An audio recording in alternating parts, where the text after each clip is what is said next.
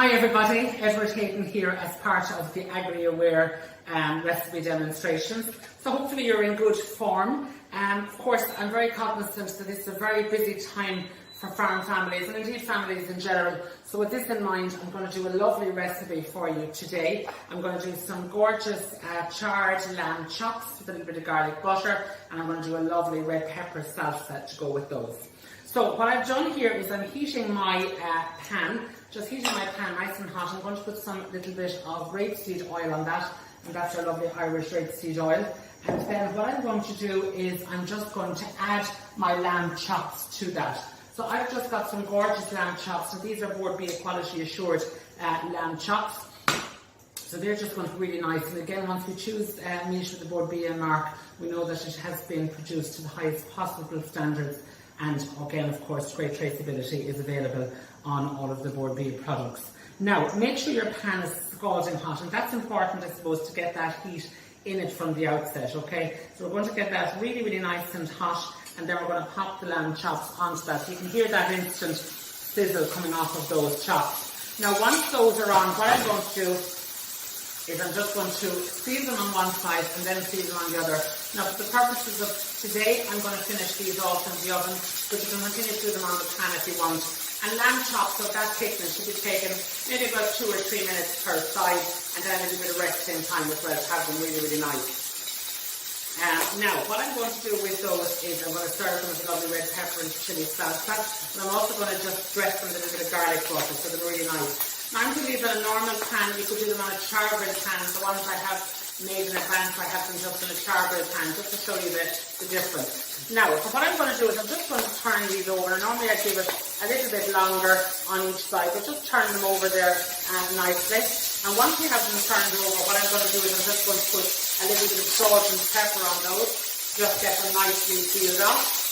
Okay, some salt and pepper, and then as I said, I have a little bit of garlic butter here. So that's just some garlic, some parsley and some butter, and I'm just going to put in one nice big spoon of that, and I'm going to put in a few cherry tomatoes and maybe some carrots here as well. So I have a little bit of oregano, you could put in some thyme or rosemary, and I'm going to pop those into the oven and allow those to finish off nicely in the oven.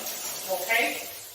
So, in the meanwhile then, what I'm going to do is I'm just going to show you how to do our lovely potatoes and also show you how to do our lovely salsa as well. So I'm just going to have my pan on here to be heating for the salsa, and then I've got some lovely potatoes. So here I've just got some rooster potatoes which I've just cut into wedges. I'm just going to add some Cajun spice to those. I'm also going to add a little bit of oil to those, and the secret to get them really nice and crisp is have them in such a way that you're kind of coating them in the bowl first of all before you're putting them on the tray. So that just gives them a really good opportunity to get lovely and golden brown and not to be burnt, but also not to be kind of uncoated as well. So just make sure that they're all fully coated, turn them up nicely, and those are going to go into the oven. Just give my hands a little wash. They're going to go in there at 180, 350 or gas mark 4, and believe it or not, they'll take about 30 minutes in their entirety to kind of cook those right down nicely. So I'm going to pop those into the oven, okay, just like so. And meanwhile then I'm going to do my salsa, which is really super, super, super quick and simple to do. So I'm going to add a little bit of oil to my pan. Okay, so heat my pan nicely with a little bit of oil. And then I've got some pepper, and you can use red peppers, or I've actually just got a mixture of red, green and yellow here that I had. Heat that, and I'm just going to pop those onto the pan with a little bit of chilli, so a little bit of chopped chilli there, and I've also got a little bit of chopped garlic, and those are just going to go onto the pan for about 30 seconds, okay? I don't want them to cook in their entirety, but what I want is I want that kind of hardness to go out of them, just to get a little bit soft. Okay, so just give those a nice little flip. Meanwhile then I've got some gorgeous cherry tomatoes, and what I'm going to do with the cherry tomatoes is I'm just going to chop those into little wedges, just like so. So I'll just chop each of those into quarters, and I've got a selection here of the nice coloured tomatoes, and just chop those up, and I'm popping them then into my bowl, and instantly to those I'm going to add the hot cooked peppers. And by adding those lovely peppers once they're cooked to that, that will instantly start to cool the peppers by them going in with the tomatoes. As I said, about 30 seconds, just because they will continue to cook, and that will be sufficient. In there, they're going to go, and then in with the tomatoes, and also then we're going to add in some lovely red onion. So I've got some finely diced red onion. I'm going to pop that in there as well. And to that then I'm just going to add in another few flavourings. So obviously I put in my normal salt and pepper in there. I'm going to put in some lime juice. Now again, you're familiar with lime, okay, to just give the limes a really good roll, okay, on the work surface just before you do those.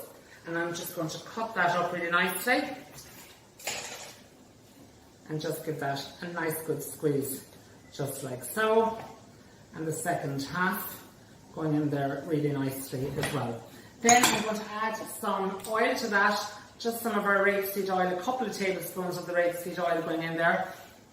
And the final thing I'm going to pop into that is I'm going to just add in a little bit of some herbs. So what I've got here is I've got some lovely coriander. So I'm just going to pop a little bit of coriander in there as well. And that coriander has that lovely citrus undertones. So that'll work really, really nicely. Pop all of that in there. And then I'm literally just going to give that a nice little mix around, just with my spoon, just to make sure that that's all coated. Now again, of course, I'm serving this evening with our lovely lamb, but you might decide to serve it with maybe some toasted bread. You might put it on a baked potato. You might even put it in as part of your salad dressing. It just works really nicely. So I think we're pretty much ready to serve up. So we'll just have a little look in here into our oven. So we'll take out our lamb. So I have some lamb, as I said, that I had in a little bit earlier. And this one I've just done on the Chargrilled pan. And then I've also got a few of the potato wedges. So what I'm going to do is I'm literally just going to nonchalantly pop those around, just to build a little bit of height into the dish, just like so. I'm then going to take some of our lovely lamb chops. So I have these here. Oh my God, these look divine. So I'm just going to do up a lovely platter, because again, of course, families are very busy and there's silage going on and there's lots of different work going on the farm. So just to be able to cook up something nice like this for the lunch or tea would be ideal for families as well. Okay, so there we have it. Then what I've got is I'm going to just put some of our lovely salsa on the top of that. Okay, some of our gorgeous mixed pepper salsa, just like so. So it's just nice and fresh and vibrant. Okay, really, really fresh, really, really vibrant, just like so.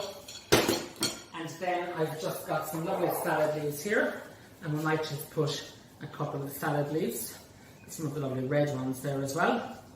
And then just because it is the perfect accompaniment, I've got some lovely fresh mint from the garden as well. Okay, so that's really, really simple. Just put some of the lovely mint leaves on there as well. And then we can go back, as I said, and just give it another little drizzle with that gorgeous dressing. So that's our beautiful lamb chops with our salsa and some of our potato wedges. So hopefully you enjoy cooking that up, and more importantly, hopefully your family and friends will enjoy tasting it. Thanks very much.